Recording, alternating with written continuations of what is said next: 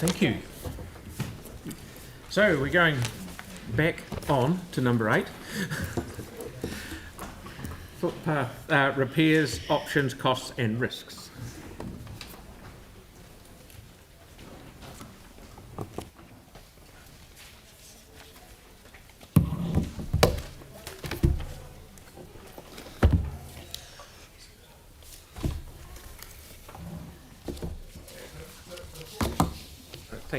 Thank you for being here. Before we start, can I just begin by thanking Lynette and Steve and the transport team for pulling this paper together.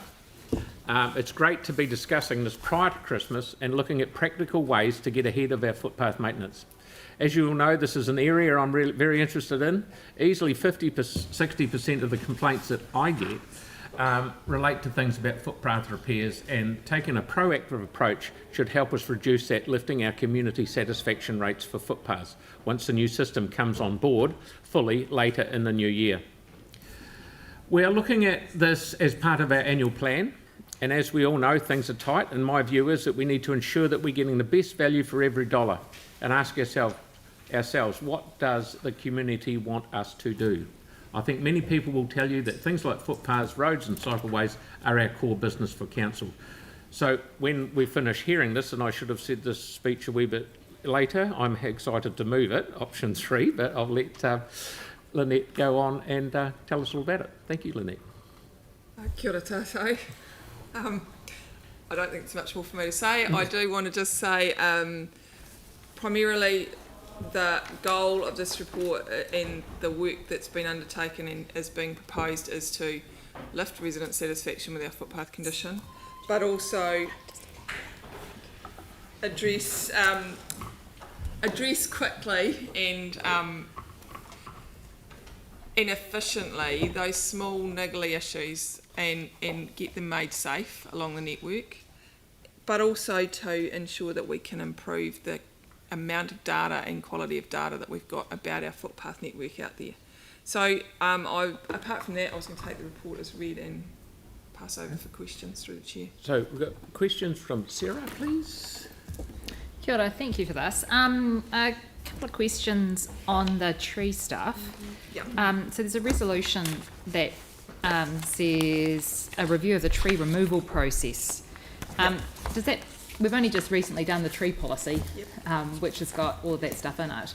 Is the tree policy itself being reviewed? No, sorry, I should have been clearer about that. So that refers to, let me just find it. There is a section in the report that talks about the process that so tree roots do cause yep. damage to infrastructure, we know that. There is also we've had feedback that there is a published process on the site for residents that want to raise concerns or have issues with trees. That process, so this is an internal process, yep. is not necessarily working as smoothly as it could. So we are going to review that and how that is run into the future. That process is in line with the requirements of the tree policy. So it is not about wholesale removal across the city. It's about one-offs that either are identifying infrastructure damage or there are other issues that the residents have. So it's a way for them to feed into our system, but it's our system that's not necessarily working quite as well as it should. So we're going to review that so that it works a bit smoother for the residents. Oh, okay, because so that whole improving the customer experience thing, because how that read was like, it's the one resident who was complaining about a tree was the customer as opposed to the rest of the residents in the street who like a tree-lined street. No, there's a very detailed process on that. Okay, so can we maybe put some words that clarify that in the resolution, whether that's an internal or... Show the wording that you put in. Oh no, there's a different resolution still. I'm not up to that one yet.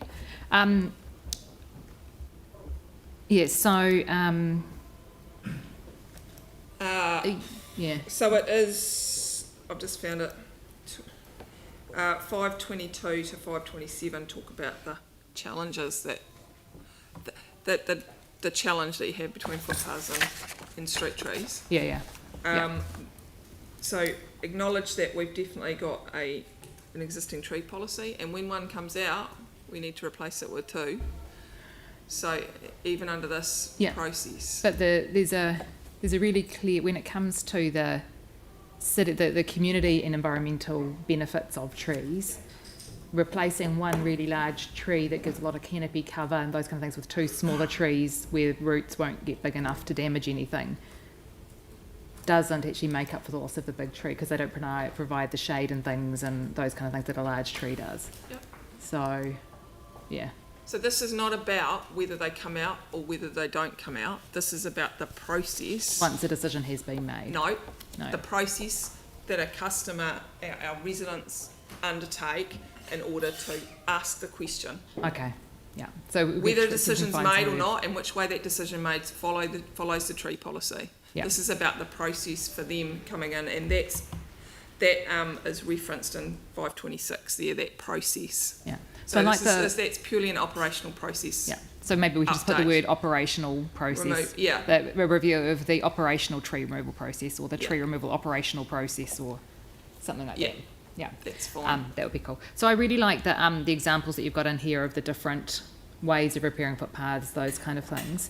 In a couple of places around the city, I've seen we've done small wooden platforms instead around really large trees instead of the asphalt or concrete and things. Is that something we still would look at doing for large trees? It would depend on that. Every intervention will be site specific. It'll be a case-by-case basis, working with our arborists to see what's best placed for those areas. Yeah. Okay. Thanks. And I do have an extra resolution that Sam could put up on the screen, but we can discuss later. So just adding number 5 on? Adding number 6. Oh, and number 6. Aaron's got a question. Aaron, you got a question? Yeah, I was just when you're putting the crew together that do the assessment of the paths, on the possibility of using someone with disability as part of that crew, like it would strike me as it would make sense to have someone with lived experience making the assessment of the footpaths.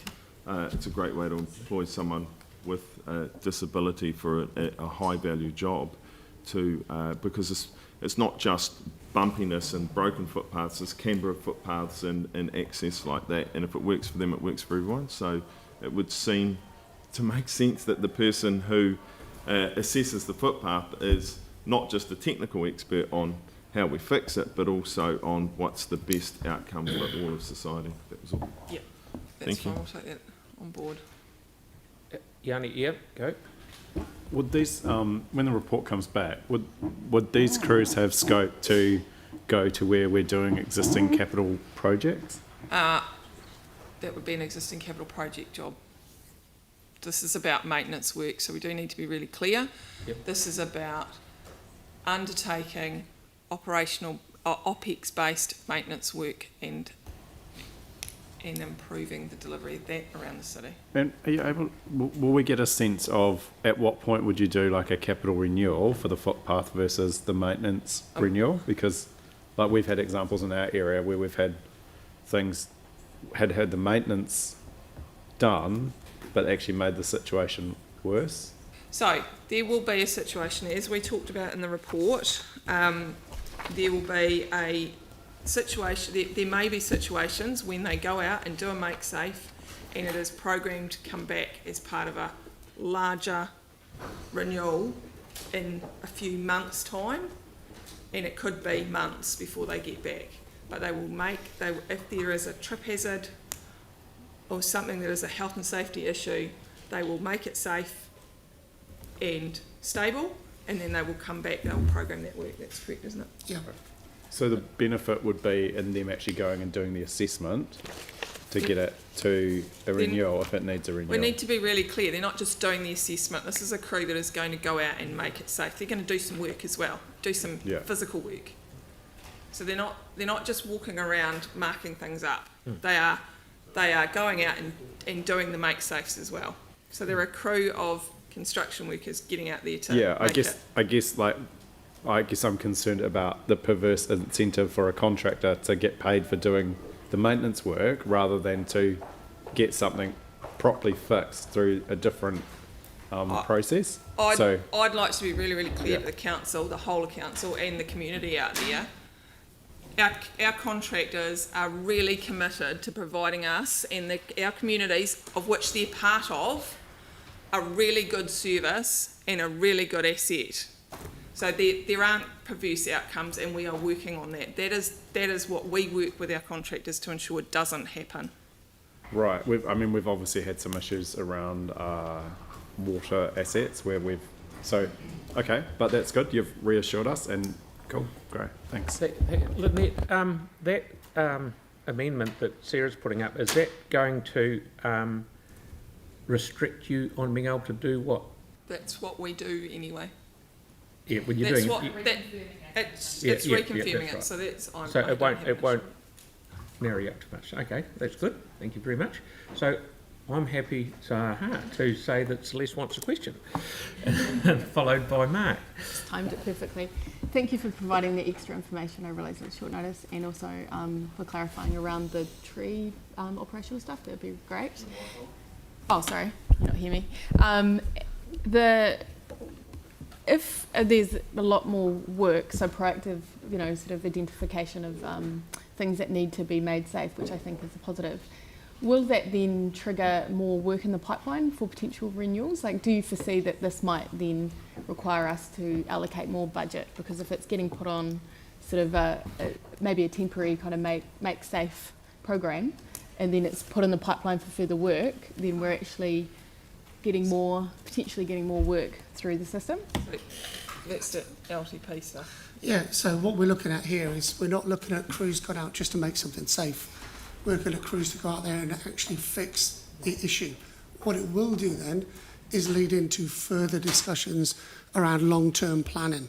That's what it will feed into. So yes, I do anticipate that there will be more discussions leading up to the long-term plan in particular, and how do we program, and how much do we program on budget for the next 10 years. So that's it. The improvement of that condition data will then improve our conversations that we have with you about the long-term plan. Thank you. Mark, thank you. Thank you. Just wanted to check, you're talking about 2 crews here? Yep. And do we have any idea whereabouts in the city they might focus, or are they going to be basically scattergun all over the city? So, You go. so I've already worked with our contractors on here, and the plan is going to be based on a needs basis. So although we've got a contractor who looks after the southern area and another contractor who looks after north and central, they've both agreed that they will work across boundaries without any limitations, so wherever the need is. Yep. But they will cycle the network. Yeah. So that the point is they will cycle the network very much like we do with our current road pavement crews. That cycle the network, looking for issues and fixing them, such as potholes. Yep. Very good. And because I guess one of the thoughts from my point of view is around older parts of town rather than newer parts of town. I guess they'll focus more on the likes of Linwood, Woolston, Hornby, those that have got older assets rather than the newer assets. Very good. Thank you. Okay, no more questions. Tyler? Yeah. In layman's terms, can you run me through option 3 and the benefits and potential downsides of option 3? Yep. So option 3 is that we have these roving. We have a roving crew. They are a cyclical crew. They rotate around the network. So they're a couple of guys.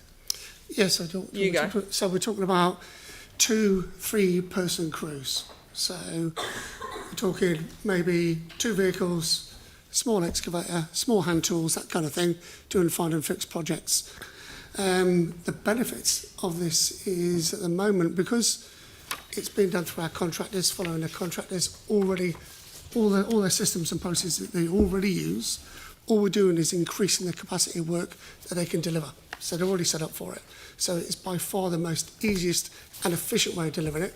And the plan will be that they will work in not just with service requests that come through, but they'll be working through with contractors and council about wherever the need is, and they'll just be able to respond within 24 hours notice because they'll already be working on one site. So if they hear about something, they can be there the following day. to do proper fixes. They, I see. so to add to that, the other benefit is with our contractors, they are working inside our database system. So they work in the RAM database, so the information they use goes straight back into the database and improves that base of knowledge. The other advantage of it being with the contractors is that they, as a company, then take on the downtime risk as opposed to us. So wet weather, other events, but us having our contractors skilled up also improves our resilience. So should they be needed to take off to deal with emergency works, other issues, they can be redeployed via our contractor. So there's sort of win-win in that situation. And by contractors, you're talking about like Hibbs and Fulton Hogan? Yeah, it's Heb and Higgins are our two contractors. Okay. The next question I've got is, when you're talking about that, is it patchwork, essentially? Yeah, quite, can Essentially, be, yeah. could be, yeah. Yeah. So So- for anything with substantial, that's anything, I guess, bigger than 10 metres, you'd... Oh, don't worry about the size, that's not really the issue. Yeah, all we're looking at is, with the likes of a 3-person crew on there, they can do slightly longer sections of footpath, but they can also do curb and channel. They can do other works in the shoulders. Last question. Yeah. With Snapsea and Solve, and if anything like that comes up, is that their work stream or are they two separate ones? No, it goes straight into our work stream. Okay. So Snapsea and Solve goes straight to them via that RAM database. Oh, that They makes know sense. the work's there and so it ties everything together with them doing it. It's That the sounds- most efficient way of us delivering this work. Sounds awesome. Thanks for your mahi. Thank you. Mark? Thank you. Another follow-up question. A lot of footpaths around, particularly some of the older areas, have moss and mildew type problems. Is that Like going to be part of the brief of this? Because That's part of the brief. The issue is about the contractual levels of service. They won't be cleaned off necessarily. They will only be cleaned if they are creating a slip or a trip hazard. right. So there's a balance in what we do and everything. When we intervene depends on the value for that intervention. Okay. I mean, one of the things I like, of course, is when it's wet, it tends to be more of a slip or trip hazard than when it's That's dry. when we clean it off. And there are only certain times of the month we can do it Yeah. to kill the growth. Thank you.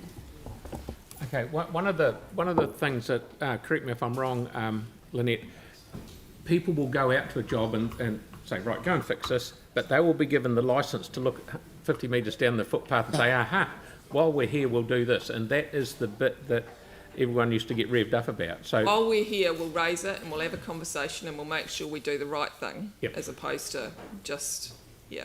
Yep. And actually, to go back to Councillor Johansson's point before, that is the licence that we're giving and the working that we're giving working with our contractors. We are all about working together with those two contractors to deliver the right value service to our community. okay, thank you. So no more questions. I'm happy to move this. Anyone happy to? Thank you, Mark. Second it. So any debate? Sarah? Thanks so much for your work on this. Footpaths are essential. Pedestrians are at the top of the transport hierarchy, and we need to make sure that our footpaths and the way that we maintain them makes it an attractive way for people to get about our city, people of all ages and abilities. And a lot of people on, young kids on scooters and those kind of things, and quite small hazards can trip them up and send them flying. We do need to make sure that we are careful with our trees. And I know that trees do cause, the roots cause some damage to footpaths. We can work around that for the most part. And that there are other issues with trees sometimes that cause inconvenience for property owners. But trees bring an enormous amount of benefit to the wider community and to the city as a whole. They bring a huge amount of amenity, and we know that our tree-lined streets in Christchurch have generally a higher property value than neighbouring streets, because the street itself is attractive to live in. They capture rainwater before it hits the street and help with our rain and our storm events. They provide space for the birds around the city, and they help with the urban heat effect, which is going to be ever increasing. We know that trees that we plant now and trees that are existing now are going to be essential in 10, 20 and 30 years' time. And the large ones we have now have been around for a lot longer. it's going to be tougher for them to grow as in our warming climate, and making sure that we retain as many as possible for as long as possible, and work around them is essential. Thanks.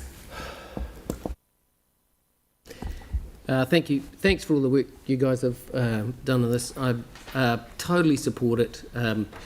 You know, as Phil mentioned, I've had so many complaints about footpaths, trip hazards, which I've sort of come to realise are really important. I do a lot of running in Burwood Forest. Now it's not a paved surface, but I've tripped over a few times in the last few years on routes and hurt myself. You know, I grazed arms and hurt my wrist, etc.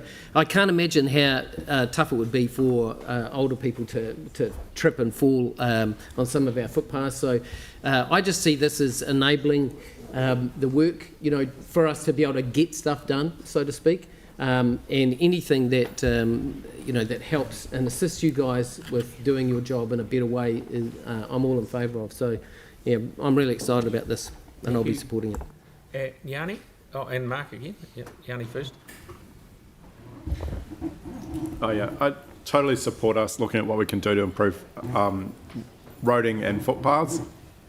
I hope that with the same degree of efficiency and focus on getting a innovative solution to addressing the footpath issues, we can do the same with roading and with the craft projects, because I think people are really at their wits' end with repeatedly contacting council to get improvements and frustrated. And it comes through our residence survey, it comes through our quality of life survey, it comes through our annual plan, our long-term plan. People want us to do more to fix the basics. And so this is a really good start. I strongly support this. We just need to get on and do it. I was hoping to put a photo on the screen, but I'll just hold it up. But there's a brand new cycleway just gone in near the tannery, and that's the state of the footpath. And it's like, you kind of wonder, why wouldn't you, if you're building this brand new cycleway, fix the footpath at the same time, get the synergy with using the same contractor? There's been many times around this table where seeking a variation to a contract to get something that seems eminently sensible, more cost effective done and more efficient is sort of ruled out of order, which I can't understand. We've got challenges with our budgets, so let's be smarter, let's be more creative in how we do things to address the things that matter to people. And footpaths are a really important part of people being able to get around their neighbourhoods and walk, and so I absolutely support the focus on fixing this problem. Thank you, Mark. Here. I fully understand and hear that, Councillor Hanson, and I fully support this roving footpath solution. I mean, our footpaths are the grassroots of our communities. Everyone uses them. We should be getting these assets fixed, soon as, so that we can have people becoming happy with what we do as a council, having more mobility in their own neighbourhoods without having trip hazards in the way and slip hazards. So I think the sooner we can get this through and operational, the better, so that we can start getting that improvement in service and satisfaction amongst our community. So I'll certainly support this today. Thanks, Phil. I absolutely support this, and I commend the work that staff have done on it. I was at a community meeting a few months ago where a wise man said, "Everybody has a footpath," to which the resounding result callback was "No, we don't." So while I'm really supportive of this, I also hope that the enthusiasm that this council has for footpaths extends to Banks Peninsula, where many of our communities don't have any footpath at all on their streets, and sometimes in places where kids are walking to school, and in other places where people really need them. So, but apart from that, absolutely support. Thank you for thinking that I was a wise man once. So we've got a mover and a seconder. No more debate. I'd like to put. Oh yes, Celeste. I also want to thank staff for the amount of work that they put in this, and the really clear information that you've provided. I'm in support of this, and I think in addition to this, I'm looking forward to seeing what information we get back in terms of taking a sort of longer term view, and in terms of addressing the lack of investment in the maintenance and renewal budget.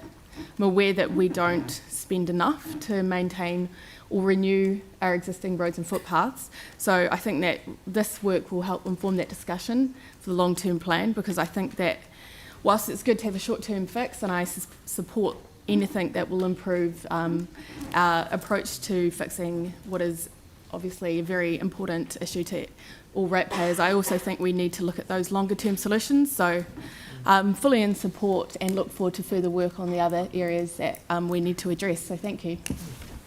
Thank you, Celeste. No more debate. I'll put the motion. All those in favour? Aye. All those against? No, carried. Thank you very much.